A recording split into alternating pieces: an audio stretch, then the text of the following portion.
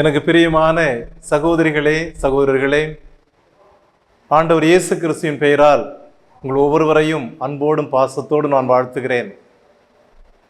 இந்த நாளிலே திரு அவை குருத்து ஞாயிறையும் ஆண்டவருடைய பாடுகளின் ஞாயிறையும் இணைந்து கொண்டாடுகிறது.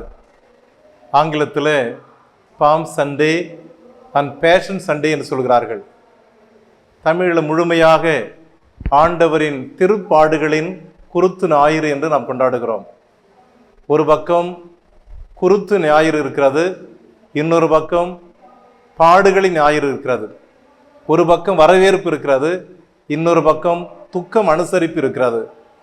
இரண்டும் கலந்த கலவையாக இந்த நாளில் நாம் இந்த நாளை புனித நாளாக கொண்டாடுகிறோம். வரலாற்றில் நான் யோசிக்கின்ற பொழுது 1865 ஆண்டு ஏப்ரல் மாதம் 14 அமெரிக்காவினுடைய 16வது ஜனாதிபதியாக இருந்த ஆபிரகாம் லிங்கன் சுட்டு கொல்லப்பட்டார். ஏறக்குறைய வருகின்ற திங்கட்கிழமையோடு 160 ஆண்டுகள் நிறைவடைகிறது. அவர் சிறு பையனாக இருந்த பொழுது கருப்பின மக்கள் அடிமை சந்தைகளே விற்கப்பட்டார்கள், இரும்பு சங்கிலியால் கட்டி வைக்கப்பட்டார்கள், ஆடு மாடுகளைப் போல் நடத்தப்பட்டார்கள். எனவே இப்படிப்பட்ட அடிமைகளை விடுதலை செய்வதற்காகவே தன்னுடைய வாழ்நாள் குறிக்கோளாக கொண்டு அவர் ஜனாதிபதியாக உயர்த்தப்பட்ட பொழுது அடிமை ஒழிப்பு முறையை கொண்டு வந்தார். எல்லாருக்கும் சம முக்கியத்துவம், எல்லாருக்கும் விடுதலை, எல்லாருக்கும் சுதந்திரம், எல்லாரும் சம மனிதர்கள் என்ற உணர்வை இந்த உலகத்திற்கு கொண்டு வந்தார். எனவே அவர் சுட்டு கொல்லப்பட்ட பொழுது அடுத்த நாள் அவர் இறந்து விடுகிறார். அப்பொழுது அவருடைய திருவுடலானது மக்களுடைய அஞ்சலிக்காக வைக்கப்பட்டிருக்கிறது. அந்த நேரத்தில் ஒரு விதவை தாய் தன்னுடைய சிறிய குழந்தையோடு இந்த ஆபிரகாம் லிங்கனுடைய திருவுடலுக்கு அவர் அஞ்சலி செலுத்துவதற்காக மிகப்பெரிய வரிசையில் நின்று அருகில் வருகிறார். அந்த திருவுடலுக்கு அருகில் வந்து அஞ்சலி செலுத்துகின்ற பொழுது அவருடைய குழந்தை கேட்பான், அம்மா இவர் யார் என்று. அந்த அம்மா சொல்வார், உனக்காகவும் நமது இனத்திற்காகவும் விடுதலைக்காக தன்னுடைய உயிரை கொடுத்தவர் இவர்தான் என்று சொல்வார். உனக்காகவும் நம் இனத்திற்காகவும் உயிரை கொடுத்தவர் இவர்தான் என்று சொல்வார். மிக அழகான ஒரு நிகழ்வு அது. இன்று நாம் புனித வாரத்தை தொடங்கியிருக்கின்ற பொழுது ஆண்டவரை மிக அழகாக வரவேற்று எருசலேம் ஆலயத்திற்கு கொண்டு வந்த நிகழ்வு. தொடர்ந்து அவர் பலியாக போகிறார். அதற்கான சதி திட்டங்கள் எல்லாம் தீட்டப்படுகின்றன. இப்படிப்பட்ட நிகழ்வுகளை நாம் இந்த புனித வாரத்தில் கொண்டாட இருக்கிறோம். இவர் நம் இனத்திற்காக, மனித இனத்திற்காக கொலை செய்யப்பட்டவர். இந்த உணர்வோடு இந்த வாரம் முழுவதும் நாம் இந்த புனித வாரத்தை கொண்டாட திருச்சபை அழைப்பு கொடுக்கிறது. வரலாற்றை உற்று பார்க்கின்ற பொழுது ஏறக்குறைய 25 லட்சம் மக்கள் அந்த பாஸ்கா விழாவை கொண்டாடுவதற்கு கூடியிருக்க வேண்டும். 2.5 மில்லியன் என்று சொல்கிறார்கள். 25 லட்சம் மக்கள் கூடுகின்ற பொழுது அத்தனை பேரும் மிகுந்த ஆர்வத்தோடு, ஆசையோடு, ஆரவாரத்தோடு இயேசுவை வரவேற்கிறார்கள். இவர்தான் தாவீதின் மகன், இவர்தான் மெஸ்ஸியா, இவர்தான் நமக்கு புதிய அரசை கொடுக்க இருக்கிறவர். அப்படிப்பட்ட எதிர்பார்ப்போடு ஆண்டவரை வரவேற்கின்ற ஒரு நிகழ்வு. பெத்பகே கடந்து ஒளிவ மல தூப்பு வழியாக கடந்து கெதரோன் பள்ளத்தாக்கு இருக்கிறது, அதன் வழியாக வருகிறார். 2 மைல் தூரம்தான். 90 மைல்கள் கலிலேயாவிலிருந்து நடந்து வந்தவர் இந்த 2 மைல்கள் தூரத்தை கழுதையின் மீது அமர்ந்து கொண்டு பயணம் செய்கிறார். ஒரு அமைதியின் அரசர், அமைதியாக நேர்த்தியாக மக்கள் ஓசானா பாடுகின்ற பொழுது இவர் வருகிறார் என்று சொன்னால் இவர் அரசை கொடுக்கிற ஒரு மெஸ்ஸியா அல்ல, அரசை கவிழ்த்து விட்டு புதிய அரசை நிறுவுகின்றவர் அல்ல. மாறாக உலகம் முழுவதும் இருக்கிற மக்களுக்கு முழுமையாக விடுதலை அளிப்பதற்காக, நிறைவான வாழ்வை கொடுப்பதற்காக, நிறைவான சமாதானத்தை உருவாக்குவதற்காக, ஒப்புரவு செய்தி அறிவிப்பதற்காக, தனது உயிரை கொடுப்பதற்காக வருகின்ற செம்மறி இவர். ஏறக்குறைய 25,000 ஆடுகள் ஒவ்வொரு பாஸ்கா நிகழ்வின் போதும் பலி செய்யப்பட்டிருக்கிறது. ஆனால் அங்கு தலைமை குருவாக இருக்கிறவர் எந்த ஆட்டை அவர் பலியிடுவாரோ அந்த ஆடானது தேர்வு செய்யப்பட்டு 4 நாட்களுக்கு முன்பாகவே எருசலேமுக்கு கொண்டு வரப்படும். இதோ நமக்காக பலியிடப்பட இருக்கின்ற செம்மறியான இயேசு கிறிஸ்து இந்த கோவேறு கழுதின் வழியாக கழுதை குட்டியின் மேல் அமர்ந்து கொண்டு எருசலேமுக்கு வருகிறார். உனக்காக, எனக்காக, நம்மவருக்காக இவர்தான் செத்து மடிந்திருக்கிறார். இந்த உணர்வோடு நாம் இந்த புனித வாரத்தை கொண்டாடுவோம். நிச்சயமாக புனித வார நிகழ்வுகள் நமக்கு இறை ஆற்றலையும் இறை ஆசிரையும் கொடுப்பதாக அமைய வேண்டும் என்று உங்களை நான் வாழ்த்துகிறேன், உங்களுக்காக ஜெபிக்கிறேன். அன்புக்குரியவர்களே, நாம் இந்த ஜூபிலி ஆண்டிலே திரு அவையினுடைய மரபில் எப்படியெல்லாம் இந்த ஜூபிலியானது தொடக்க காலத்தில் கொண்டாடப்பட்டது என்பதை சிந்தித்து வருகிறோம். 1300 8ஆம் போனிஃபஸ் என்ற திருத்தந்தையால் இது கொடுக்கப்பட்டது. 100 ஆண்டுகளுக்கு ஒரு முறை கொண்டாட வேண்டும் என்பதை 50 ஆண்டுகளுக்கு ஒரு முறை என்று 6ஆம் கிளமெண்ட் என்பவர் மாற்றி அமைத்தார். தொடர்ந்து 2ஆம் பவுல் என்பவர் 25 ஆண்டுகளுக்கு ஒரு முறை நாம் ஜூபிலி கொண்டாடலாம் என்ற நியதியை கொடுத்தார். ஏறக்குறைய இந்த நியதியானது தொடர்ந்து 26 முறை இந்த அகில உலக திருச்சபையிலே யூபிலியாக கொண்டாடப்பட்டு வந்திருக்கின்றன. இந்த யூபிலியை 2 விதமாக திரு அவை பார்க்கிறது. ஒன்று சாதாரண யூபிலி, மற்றொன்று சிறப்பு யூபிலி. ஆர்டினரி ஜூபிலி, எக்ஸ்ட்ராடினரி ஜூபிலி என்று சொல்கிறார்கள். ஆர்டினரி ஜூபிலி என்று சொன்னால் காலத்தை கணக்கிட்டு அதன் அடிப்படையில் கொண்டாடுவது. இப்பொழுது 2000 என்று சொன்னால் 2025 25 ஆண்டுகளுக்கு ஒரு முறை கொண்டாடுவதை நாம் சாதாரண ஜூபிலியாக கொண்டாடுகிறோம். இது ஏறக்குறைய திரு அவையினுடைய வரலாற்றில் 26 முறை கொண்டாடப்பட்டிருக்கிறது. நாம் 2025 27வது சாதாரண ஜூபிலியாக கொண்டாடி கொண்டிருக்கிறோம்.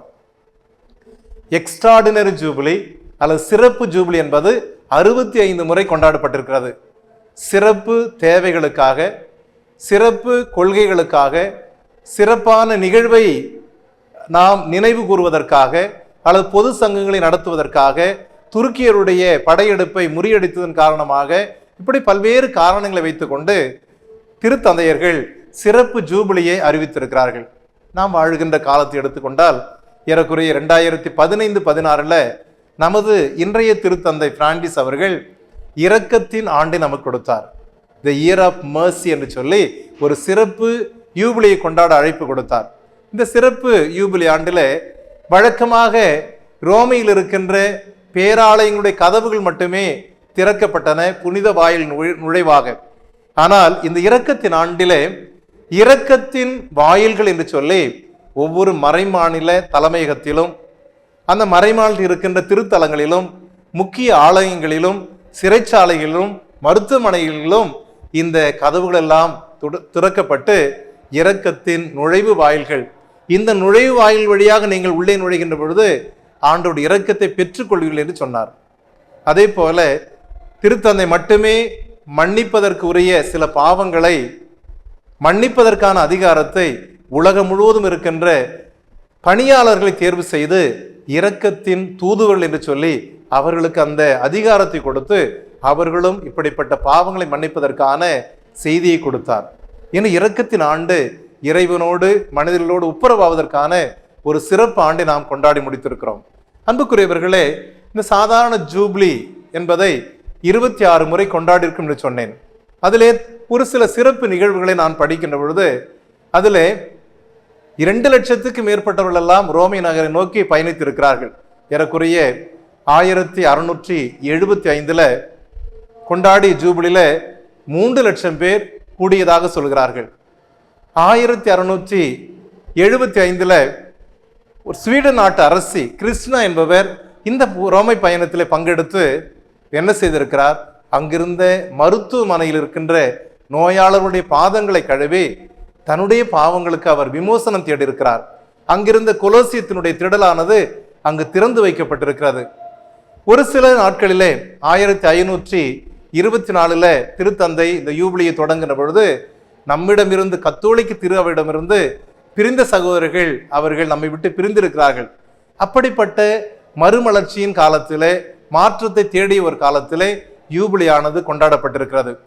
தொடர்ந்து நாம் பார்க்கின்ற பொழுது 1933 1983 ஆகிய ஆண்டுகளிலே இருந்த திருத்தந்தைகள் என்ன செய்திருக்கிறார்கள்? ஆண்டவருடைய திருப்பாடுகள், ஆண்டவருடைய மரணம், ஆண்டவர் உயிர்ப்பு, இவைகளை மையப்படுத்தி இந்த 33 என்ற எண்ணை குறித்து அவர்கள் 1933 ஒரு யூபிலியை கொண்டாடுகிறார்கள். 11வது பத்திநாதர் என்ற திருத்தந்தை. அதே போல் நாம் வாழ்ந்த சமகாலத்திலே திருத்தந்தை 2ஆம் ஜான்பால் என்ன செய்திருக்கிறார்? 1983 மீட்பின் ஜூபிலியாக அறிவித்து ஆண்டவருடைய திருப்பாடுகளையும் மரணத்தையும் அப்படி உயிர்ப்பையும் கொண்டாடுவதற்காக நமக்கு அழைப்பு கொடுத்திருக்கிறார்கள்.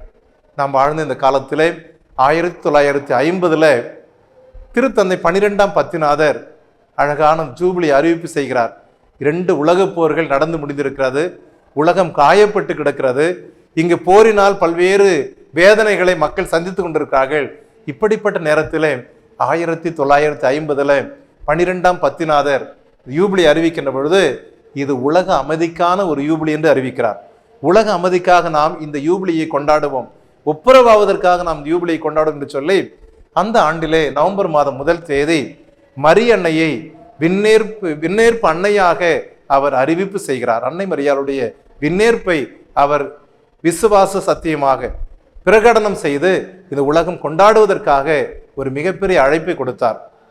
2ஆம் வத்திக்கான் சங்கத்திற்கு பிறகு திருத்தந்தை 6ஆம் பவுல் அவர்கள் 1975 அழகான ஒரு யூபிலியை அறிவிக்கிறார். அது ஒப்புரவின் யூபிலி என்று சொல்கிறார். ஒப்புரவின் யூபிலி அப்படி என்று சொன்னால் நாம் எல்லாரோடும் ஒப்புரவாக வேண்டும். முதலாக திருச்சபை வரலாற்றில் பௌத்த துறவிகள் இந்த யூபிலியிலே கலந்து கொண்டதாக சொல்கிறார்கள். நம்மை விட்டு பிரிந்திருக்கின்ற அலெக்சாந்திரிய சபைகள், இப்படிப்பட்ட சபைகள் எல்லாம் மீண்டும் ஒப்புரவாவதற்கு இந்த யூபிலி ஆண்டிலே முன் வந்திருக்கா என்று சொல்லி மிக அழகான ஒப்புரவின் ஆண்டை திருத்தந்தை 6ஆம் பவுல் கொடுத்தார்கள். 2000வது ஆண்டு ஒரு மாபெரும் யூபிலி ஆண்டு. முதலாக மில்லனியம் என்று சொல்லப்படுகிற 1000வது ஆண்டை நாம் கொண்டாடுவதற்கு வாய்ப்பு பெற்றோம். திருத்தந்தை 2ஆம் ஜான்பால் அவர்கள் இந்த மீட்பின் ஜூபிலி அல்லது மாபெரும் ஜூபிலி அல்லது ஜூபிலி 2000 இப்படிப்பட்ட ஒரு புனித ஆண்டை இந்த உலகத்திற்கு கொடுத்து மிகப்பெரிய மாற்றத்தை கொண்டு வந்தார்கள். மிகப்பெரிய மாற்றம் என்று சொன்னால் ஒரு மில்லனியம், இதுதான் முதல் முறையாக கொண்டாடுவது. இந்த நேரத்தில் அவர் என்ன செய்திருக்கிறார்? இந்த நுழைவு வாயில்களை திறந்ததோடு மட்டுமல்லாமல் எல்லாருக்கும் இறை ஆசிரை கொடுக்கின்ற விதத்தில் இந்த உலகம் முழுவதும் இருக்கின்ற இளையோரை அழைத்து ரோம இளையோருக்கான மிகப்பெரிய ஒரு மாநாட்டை நடத்தியிருக்கிறார்கள். திருத்தந்தையை தலைமை தாங்கி நடத்திய ஒரு மாநாடு, இளையோர் மாநாடு இந்த யூபிலி ஆண்டில் நடந்தது. அடுத்ததாக பார்க்கின்ற பொழுது இந்த யூபிலி ஆண்டு என்பது எல்லாரையும் இணைந்திருக்கின்ற ஒரு ஆண்டு. எனவே என்ன செய்தார் திருத்தந்தை அவர்கள்? இந்த ஆண்டிலே கடந்த காலங்களில் திருச்சபை எவ்வளவு தவறு செய்திருக்கிறதோ அதற்காக ஒரு பொது மன்னிப்பை கேட்டிருக்கிறார்கள். வழக்கமாக யூபிலி என்று சொன்னாலே ஒப்புரவின் ஆண்டு, மன்னிப்பின் ஆண்டு. ஆனால் முதல் முறையாக திருத்தந்தை 2ஆம் ஜான்பால் அவர்கள் இந்த உலக மக்களிடம் இந்த திருச்சபை ஒருவேளை தவறு செய்திருந்தால் நீங்கள் என்னை மன்னியுங்கள் என்று சொல்லி இந்த உலக திருச்சபைக்கு அவர் மண்டியிட்டு மன்னிப்பு கேட்டதை இந்த யூபிலி ஆண்டில் நாம் நினைவு கூறுகிறோம். எனவே ஆண்டவருடைய பிறப்பின் 2000வது ஆண்டை நாம் 2000வது ஆண்டிலே இப்படி மாபெரும் ஜூபிலியை திருத்தந்தை வழியாக கொண்டாடி முடித்த பிறகு 2025 நாம் நுழைந்திருக்கிறோம். 2025வது ஆண்டு ஆண்டவருடைய பிறப்பை மையப்படுத்தி நமக்கு கொடுக்கப்பட்டிருக்கிறது. என வருகின்ற நாட்களில் ஆண்டவருடைய இந்த 2025 இந்த சாதாரண ஜூபிலி, வழக்கமான ஜூபிலி எதற்காக நமது திருத்தந்தை பிரான்சிஸ் அவர்களால் இந்த உலகத்திற்கு கொடுக்கப்பட்டிருக்கிறது, அதற்கான முன் தயாரிப்பு என்ன, இலட்சணம் என்ன, நோக்கம் என்ன, எப்படியெல்லாம் கொண்டாடும் என்பதை வருகின்ற நாட்களில் நாம் பகிர்வு செய்கின்ற பொழுது இந்த சிந்தனையோடு மகிழ்ச்சியோடு நாம் ஜூபிலியை கொண்டாடுவோம். இந்த புனித வாரம் ஒவ்வொருவருக்கும் இறை ஆசிரின் நாட்களாக மாறுவதற்கு உங்களுக்காக ஜெபிக்கிறேன். உங்களை அன்போடு நான் வாழ்த்துகிறேன். அன்பான ஆண்டவரே, இந்த புனித வாரத்தை எங்களுக்கு மிகப்பெரிய கொடையாக கொடுத்ததற்காக நன்றி செலுத்துகிறோம்.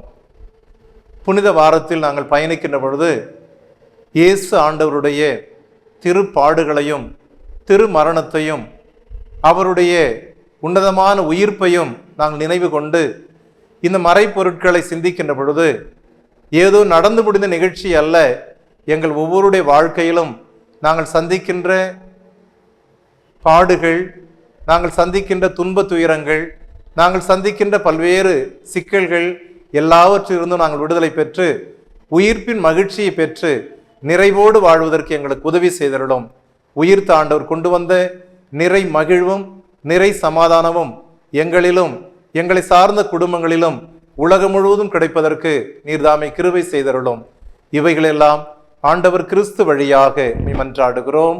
ஆமென்.